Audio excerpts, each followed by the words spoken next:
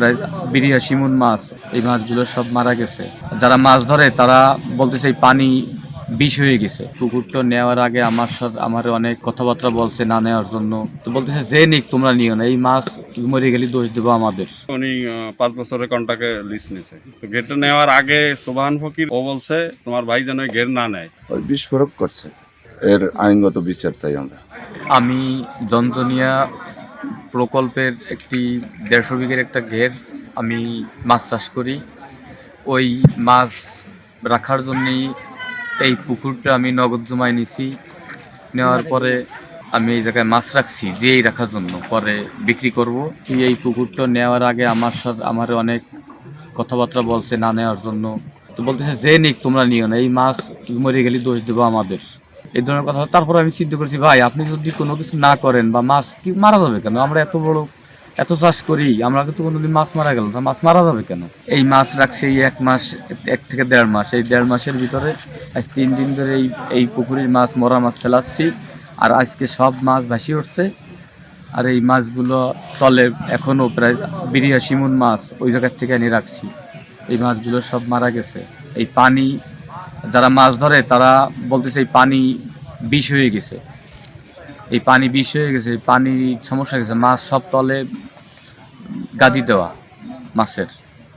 মাছ চাষ করি, গরিব মানুষ, খাইতে চাই, চলাচলতি করতে চাই। শত্রুতামূলক যদি কেউ কিছু করে, আল্লাহর কাছে আমি তার বিচার চাই, আর আপনাদের সবার কাছে আমি এই বিচার চাই।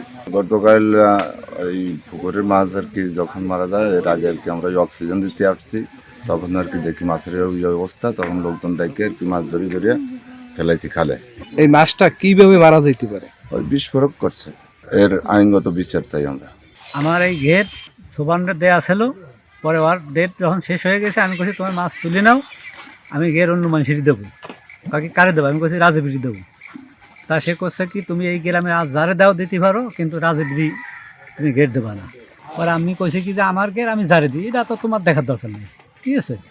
রাজীব তোমার কাছে খারাপ হতে পারে, আমার কিন্তু খারাপ না, আমার কাছে সে ভালো, আমি তারে গেট দেবো, ঠিক আছে? আমি এই কথা বলছি। সবাই বলতেছে এটা বিষ প্রয়োগ করছে।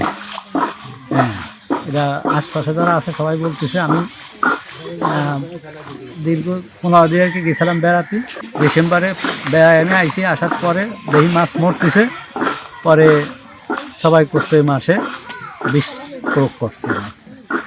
হাফিজ দালিয়াত্তা উনি 5 বছরের কন্ট্রাক্টে লিজ নিছে। তো গেটটা নেওয়ার আগে সোবহান ফকির এই পাশে ওই গেটের ওই পূর্ব পাড়ে বাড়ি, ও বলছে যে আমার কাছে যে তোমার ভাই যেন গেট না নেয়। আমি কারণ জিজ্ঞেলাম যে কেন নেবেন, ঘের নেবে না কেন? সে বলছে যে এই পর্যন্ত যারা এই পর্যন্ত ঘের লিস্ট নেছে তারা কেউ মাছ বানাতে নেই, ও পারবে না। তারপর আমি জিজ্ঞেস করলাম যে না পারার কারণ কি, জায়গা ঘেরে তো মাছই হয়, এ জায়গা তো আর অন্য কোনো কিছু হবে না। সে বলছে যে আমি বললাম তোমার বাইরে নিষেধ করো, ঘের যেন না নেয়, ঠিক আছে? কিন্তু আজকে যে গতকালকেও প্রায় 15-20 মণের মতো খালে ফেলছে। মাছ ভাসার পরে আমরা তাৎক্ষণিকভাবে ভাবছি যে হয়তো কোনো পানির কোনো সমস্যার জন্য মাছ মারা যাইতে পারে। কিন্তু আজকে দেখছি যে বড় বড় যে কাতলা মাছ, যেটা কোনোভাবেই পানি পচলেও মিনের কাপ মাছ মরে না, সেই মিনের কাপগুলো মারা গেছে, ঠিক আছে? এই ঘেরে বিষ প্রয়োগ করা হয়েছে, গ্যাস ট্যাবলেট জাতীয় কি যেন বলছে। পানি আপনারা শুকিয়ে দেখেন, এই পানি আপনারা কোনোভাবেই মুখে ধরে নিতে পারবেন না, এত দুর্গন্ধ পানিতে, ঠিক আছে? মেডিসিনের গন্ধ, এটা কোনো মাছ পচার গন্ধও না, অন্য কোনো কিছুও না, ঠিক আছে? এর আইনানুগ ব্যবস্থা, এর দৃষ্টান্তমূলক শাস্তি চাই এত বড় ক্ষতি করার জন্য।